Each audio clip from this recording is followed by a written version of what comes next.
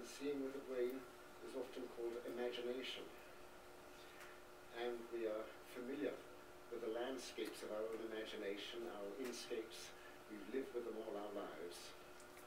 But there are also hallucinations as well. And hallucinations are completely different. They don't seem to be of our creation. They don't seem to be under control. They seem to come from the outside and to mimic perception.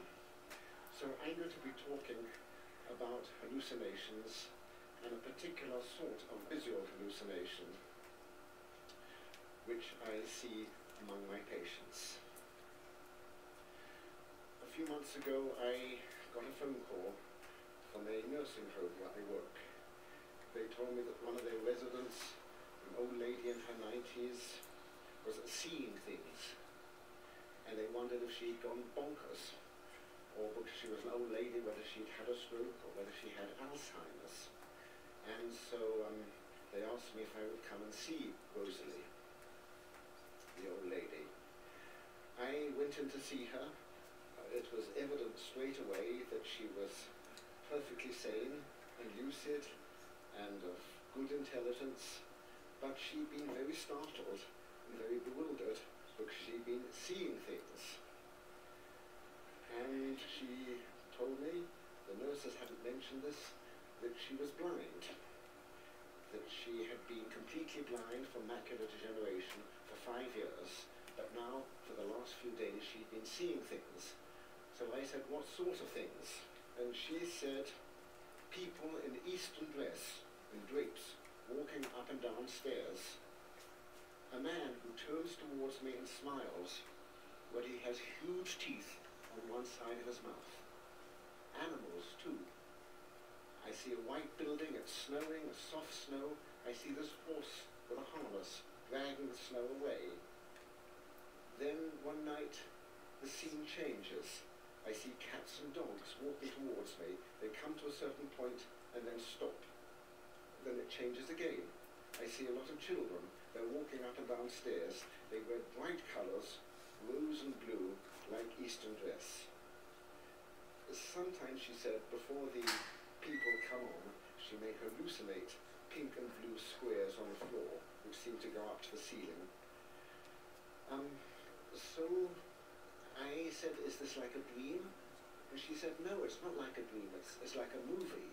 She said, it's got colour, it's got motion, but it's completely silent, like a silent movie. And she said, oh, it's a rather boring movie. She said, all these people with Eastern dress, walking up and down, very, very repetitive, very limited. And she had a sense of humour. She knew it was a hallucination, but she was frightened. She'd lived 95 years and she'd never had a hallucination before. She said that the hallucinations were unrelated to anything she was thinking or feeling or doing, that they seemed to come on by themselves or disappear. She had no control over them. She said she didn't recognize any of the people or places in hallucinations, and none of the people or the animals, well, they all seemed oblivious of her. And she didn't know what was going on. She wondered if she was going mad, or losing her mind. Well, I examined her carefully. She was a bright old lady, perfectly sane. She had no medical problems. She wasn't on any medications which could produce hallucinations, but she was blind. And I then said to her, I think I know what you have. I said there is a special form of visual hallucination which may go with deteriorating vision or blindness. This was originally described, I said, right back in the 18th century by a man called Charles Bonnet, and you have Charles Bonnet syndrome. There's nothing wrong with your brain, there's nothing wrong with your mind, you have Charles Bonnet syndrome. And she was very relieved at this, that there was nothing seriously the matter, and also rather curious. She said, who is this Charles Bonnet? She said, did he have them himself? And she said, tell all the nurses that I have Charles Bonnet syndrome. I'm not crazy, I'm not demented, I have Charles Bonnet syndrome. Well, so I did tell the nurses. Now, this for me is a common situation. I work in old age homes, largely, I see a lot of elderly people who are hearing impaired or visually impaired.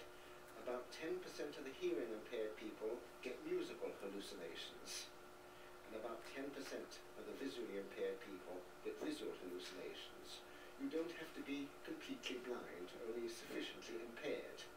Now, with the original description in the 18th century, Charles Bonnet did not have them. His grandfather had these hallucinations. His grandfather was a magistrate, an elderly man. He'd had cataract surgery.